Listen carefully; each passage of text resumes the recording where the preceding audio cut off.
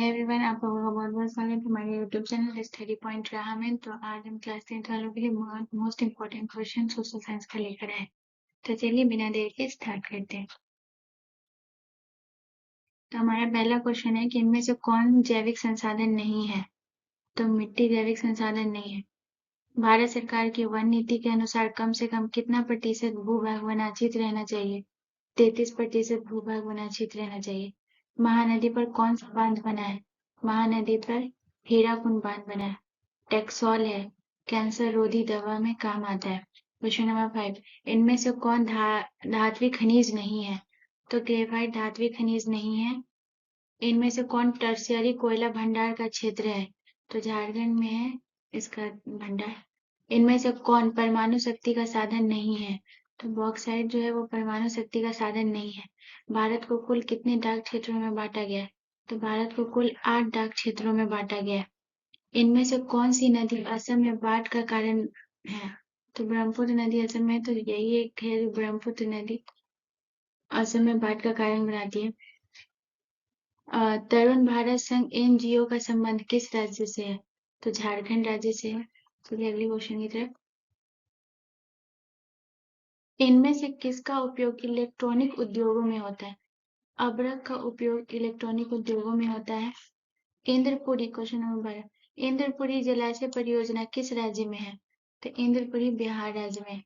असाधारण पौधों के लिए तैयार की गई पुस्तक का नाम क्या है। याद रखिएगा, असाधारण पौधों के लिए तैयार की गई पुस्तक का नाम रेड बुक है। क्वेश्चन नंबर 14, निम्नलिखित में से कौन सी रबी फसल नहीं है। तो चना जो है वो रबी फसल नहीं है। क्वेश्चन नंबर 15, सीमेंट उद्योग का कच्चा माल है।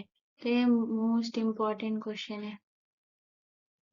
सीमेंट उद्योग का कच्चा माल चूना पत्थर है। क्वेश्चन नंबर 16, कोंकण रेल परियोजना का संबंध किस राज्य से है। तो कोंकण रेल परियोजना का संबंध महाराष्ट्र से भी है, गोवा से भी है, केरल से भी है। तो इसका आंसर होगा इनमें से सभी। 1982 में रियो डी जेनेरो ने क्या हुआ था। तो पृथ्वी शिखर सम्मेलन हुआ था। क्वेश्चन नंबर 18, भारत में सर्वाधिक कौन सी मिट्टी पाई जाती है। जो कि मोस्ट इम्पोर्टेंट है, ये भी VVI इसको कर लीजिएगा। काली मिट्टी जो है वो भारत में सर्वाधिक पाई जाती है। क्वेश्चन नंबर 19, भारत में पहला जल विद्युत संयंत्र कहाँ लगाया गया था। तो शिव समुद्रम में। बिहार में उर्वरक कारखाना कहाँ है। तो बिहार में उर्वरक कारखाना बरौनी में। नेक्स्ट क्वेश्चन की तरफ। निम्नलिखित कारकों में से कौन सूखे के लिए जिम्मेदार है। तो ये तो सबको पता होगा कि वर्षा की कमी के कारण सूखा पड़ता है। सरदार सरोवर कृत्रिम जलाशय का संबंध किससे है। तो नर्मदा नदी से है। क्वेश्चन नंबर 23, जून 2023 में भारत में कौन सा चक्रवात आया था। तो ये भी बहुत मोस्ट इम्पोर्टेंट क्वेश्चन है, प्लीज इसको याद रखिएगा क्योंकि आप लोग एग्जाम में आएगा ही आएगा। तो जून 2023 में भारत में कौन सा चक्रवात आया था। तो ये था बिपरजॉय। पृथ्वी की सतह पर सबसे पहले पहुंचने वाली भूकंप तरंग कौन सा है। तो सबसे पहले जो आती है वो है पी तरंग। संचार का सबसे लोकप्रिय साधन कौन सा है। तो ये तो सबको पता होगा कि इसका आंसर होगा मोबाइल बी। अगले क्वेश्चन की तरफ। Question number 26, Calcutta corporation act किसके शासनकाल में आया था।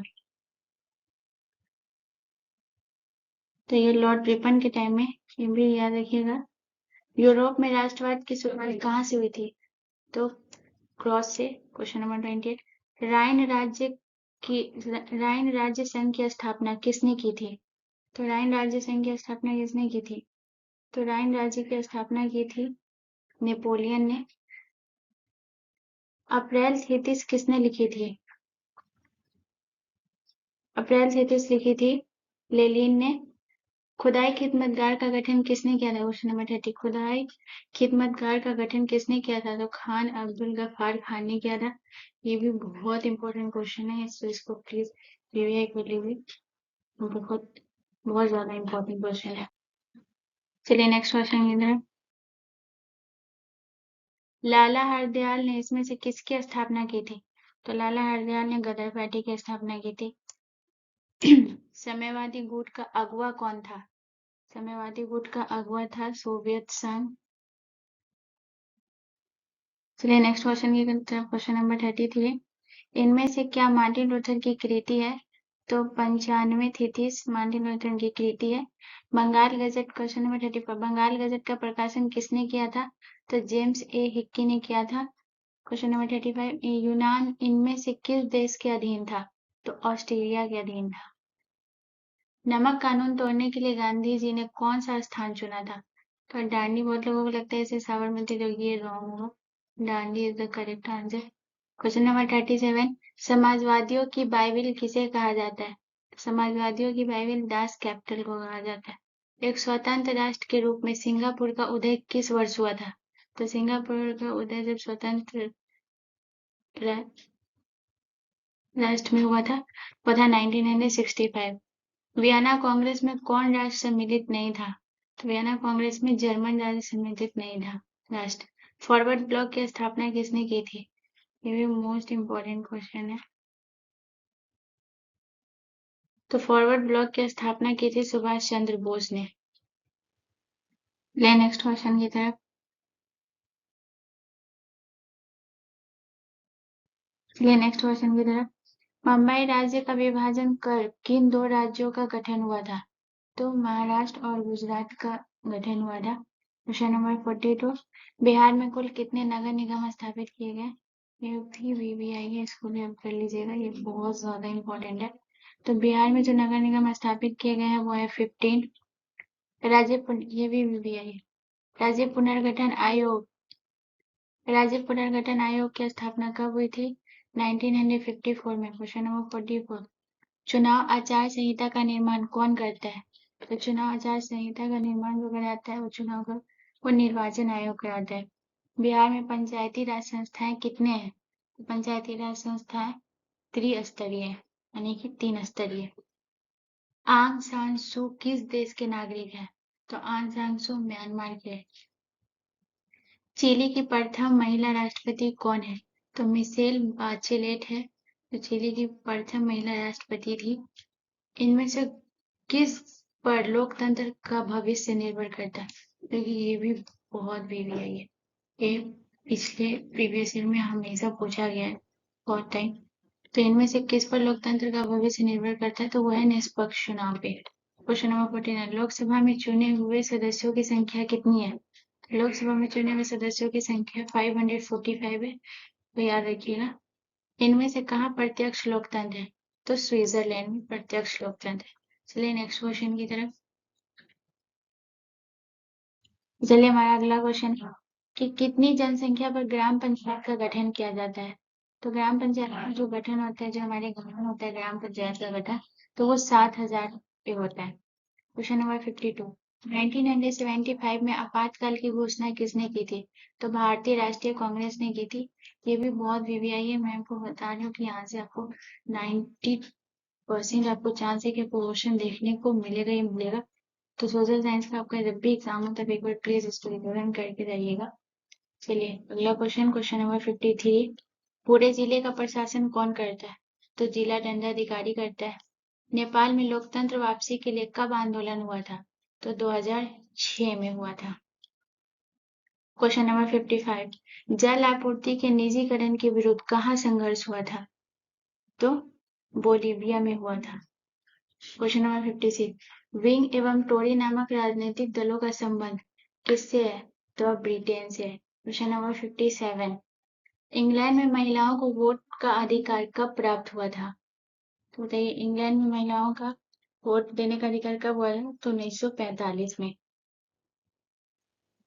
सॉरी, 1945 नहीं है इसका आंसर, 1918 में, गलती हो गई। क्वेश्चन नंबर 58, इनमें से क्या संघात्मक शासन व्यवस्था है? तो दोहरी सरकार भी है, स्वतंत्र न्यायपालिका भी है, संविधान की सर्वोच्चता भी है, और इनमें से सभी होगा। पटना नगर निगम में कितने वार्ड है? तो पटना नगर निगम में 75 है। फिर question number 60, Bharatiya Janata party की स्थापना किनकी अध्यक्षता में हुई थी? तो लाल कृष्ण आडवाणी की अध्यक्षता में भारतीय जनता पार्टी की स्थापना हुई थी। तो चलिए नेक्स्ट, गाइस मैं आपको बता रही हूँ कि प्लीज मेरे चैनल को एक बार जरूर लाइक शेयर एंड सब्सक्राइब करिएगा। बाकी आपको यहाँ से 90% चांस है कि आपको मिलेंगे क्वेश्चन यहाँ से देखने को। एक बार सोशल साइंस में जब भी एग्जाम हो तो प्लीज एक बार क्लास 10th वालों से रिक्वेस्ट करती हूँ कि एक बार देख के जाए, आपके लिए सच में बहुत हेल्पफुल होगा। So please. तो चलिए हमारा अगला क्वेश्चन है कि क्वेश्चन नंबर 61 कि राष्ट्रीय विकास परिषद का गठन कब हुआ था। तो राष्ट्रीय विकास परिषद का जो गठन हुआ था वो हुआ था 1950 में। चलिए अगला क्वेश्चन है हमारा कि भारत में राष्ट्रीय आय की गणना किस संस्था द्वारा की जाती है। तो केंद्रीय सांख्यिकी संगठन के द्वारा की जाती है। 63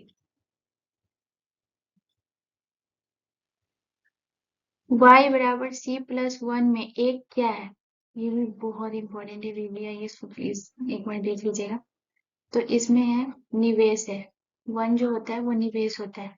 क्वेश्चन नंबर 64 इनमें से क्या शुद्ध राष्ट्रीय उत्पाद में शामिल नहीं होता है। तो मूल्यह्रास जो होता है वो नहीं होता है। क्वेश्चन नंबर 65 खनन को इनमें से किस क्षेत्र में शामिल किया गया है। तो प्राथमिक क्षेत्र में। क्वेश्चन नंबर 66 किस अर्थव्यवस्था में लोक कल्याण पर बल दिया जाता है। तो समाजवादी अर्थव्यवस्था में। इनमें से क्या पूंजी का परिश्रमिक है। तो ब्याज है। क्वेश्चन नंबर 68 इनमें से क्या संस्थागत वित्त का स्रोत है। तो सहकारी बैंक जो संस्थागत वित्त का स्रोत है। क्वेश्चन नंबर 69 भारतीय पूंजी बाजार किस प्रकार का वित्तीय संसाधन प्रदान करता है। तो ये अल्पकालीन भी है, माध्यम अवधि भी है, दीर्घकालीन भी है और इनमें से सभी। तो इसका आंसर सभी होगा। क्वेश्चन नंबर 70 ग्रामीण विकास तथा कृषि के लिए ऋण प्रदान करने वाली संस्थाओं को वित्त की आपूर्ति कौन करता है। ये भी बहुत VBI है। जो वित्त की आपूर्ति वो पूरा करता है ग्रामीण विकास तथा कृषि के लिए जो ऋण प्रदान होती है तो वो होती है नाबार्ड से। चलिए नेक्स्ट क्वेश्चन की तरफ। चलिए नेक्स्ट क्वेश्चन की तरफ। भारत में सहकारिता आंदोलन का प्रारंभ कब हुआ था। भारत में सहकारिता आंदोलन का प्रारंभ हुआ था 1904 में। विकसित देशों के कार्यबल का अधिकांश हिस्सा किस क्षेत्र को जाता है। तो सेवा क्षेत्र को जाते हैं। भारत में नई आर्थिक नीति कब लागू हुई थी। तो 1991 में नई आर्थिक नीति लागू हुई थी। कृषि उत्पादकों के प्रमाण के लिए किस मानक चिन्ह का उपयोग किया जाता है। इस पे भी VBI लगा लीजिएगा क्योंकि ये भी बहुत इंपॉर्टेंट है।